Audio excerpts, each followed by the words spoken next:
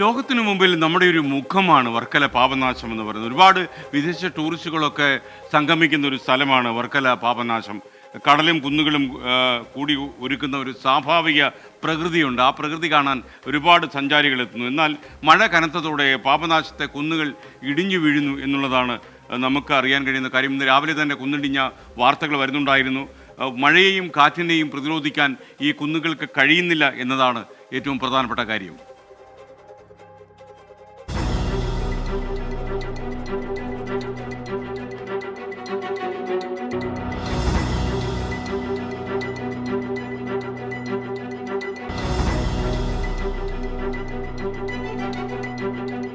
എനിക്ക് പിന്നിൽ കാണുന്ന ഈ ചെങ്കൽ കുന്നുകളും അതിനു മുന്നിലെ അറബിക്കടലുമാണ് വർക്കലയെ സഞ്ചാരികളുടെ പ്രിയപ്പെട്ട ഇടമാക്കിയത്.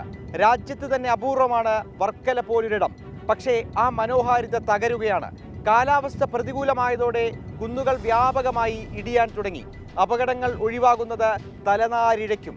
കഴിഞ്ഞ ഒരാഴ്ചയായി പാപനാശം കുന്നുകൾ ഇടിയുന്നത് പതിവ് സംഭവമായിരിക്കുകയാണ്.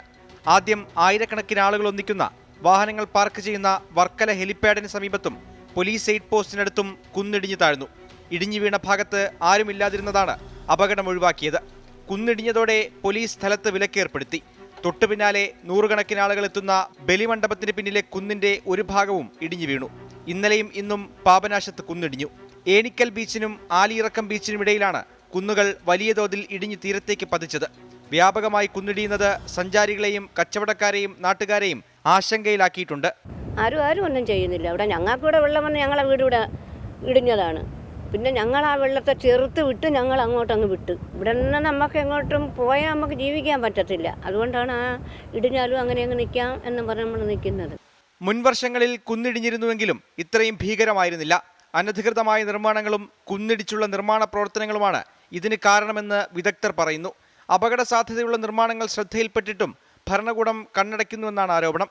കുന്നുകൾ സംരക്ഷിക്കാൻ സർക്കാരോ ടൂറിസം വകുപ്പോ തയ്യാറാകുന്നില്ല എന്ന് സ്ഥലം സന്ദർശിച്ച കേന്ദ്ര സഹമന്ത്രി വി മുരളീധരൻ. സംസ്ഥാന സർക്കാർ അടിയന്തരമായിട്ട് നടപടികൾ എടുക്കണം. കേരളം ദൈവത്തിൻ്റെ സ്വന്തം നാട് എന്ന് പരസ്യം കൊടുത്തതുകൊണ്ട് മാത്രം കാര്യമില്ല.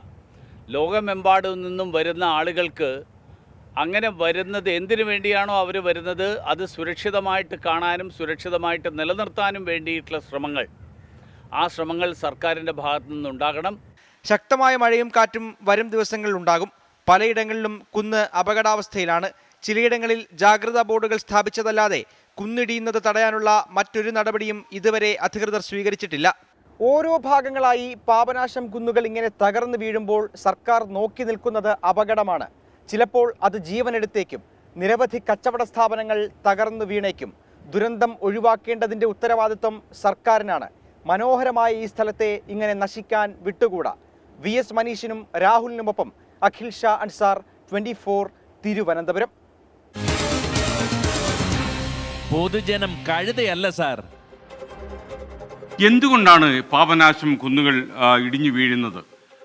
നാട്ടുകാർ പല കാരണങ്ങളാണ് പറയുന്നത്. അതിലൊന്ന് പറയുന്നത് അശാസ്ത്രീയമായ ഒരുപാട് നിർമ്മാണം ഈ കുന്നുകളിൽ നടക്കുന്നു.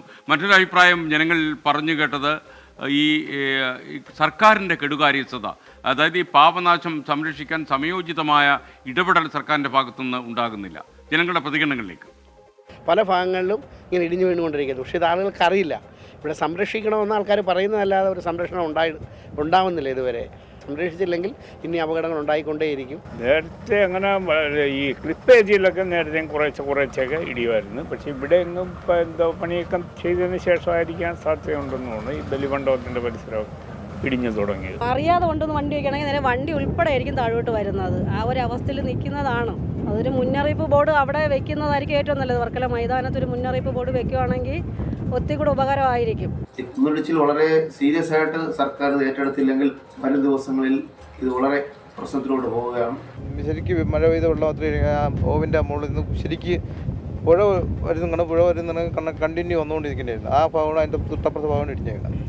ശരിക്കും അപകടമാണ്. പിള്ളേർ ഈ ടൂറിസ്റ്റുകളെല്ലാം വന്ന് ഇതിൻ്റെ താഴെയാണ് ഇരിക്കുന്നത്. തണൽ വെയിലടി നല്ല വെയിൽ സമയത്ത് ഈ മരത്തിൻ്റെ താഴിലേക്ക് ഇരുന്നാണ് റെസ്റ്റ് എടുക്കുന്നത്. സാധാരണ ഇത് രാത്രി സംഭവിക്കുന്നതുകൊണ്ട് കുഴപ്പമില്ല. പകരമൊക്കെയാണെങ്കിൽ എന്തായാലും അപകടം ഉറപ്പാണ്. വിധി ദിനത്തിൽ 24 മാജിക് ജൂൺ 4 ചൊവ്വാഴ്ച രാവിലെ 5 മണി മുതൽ 24-ൽ.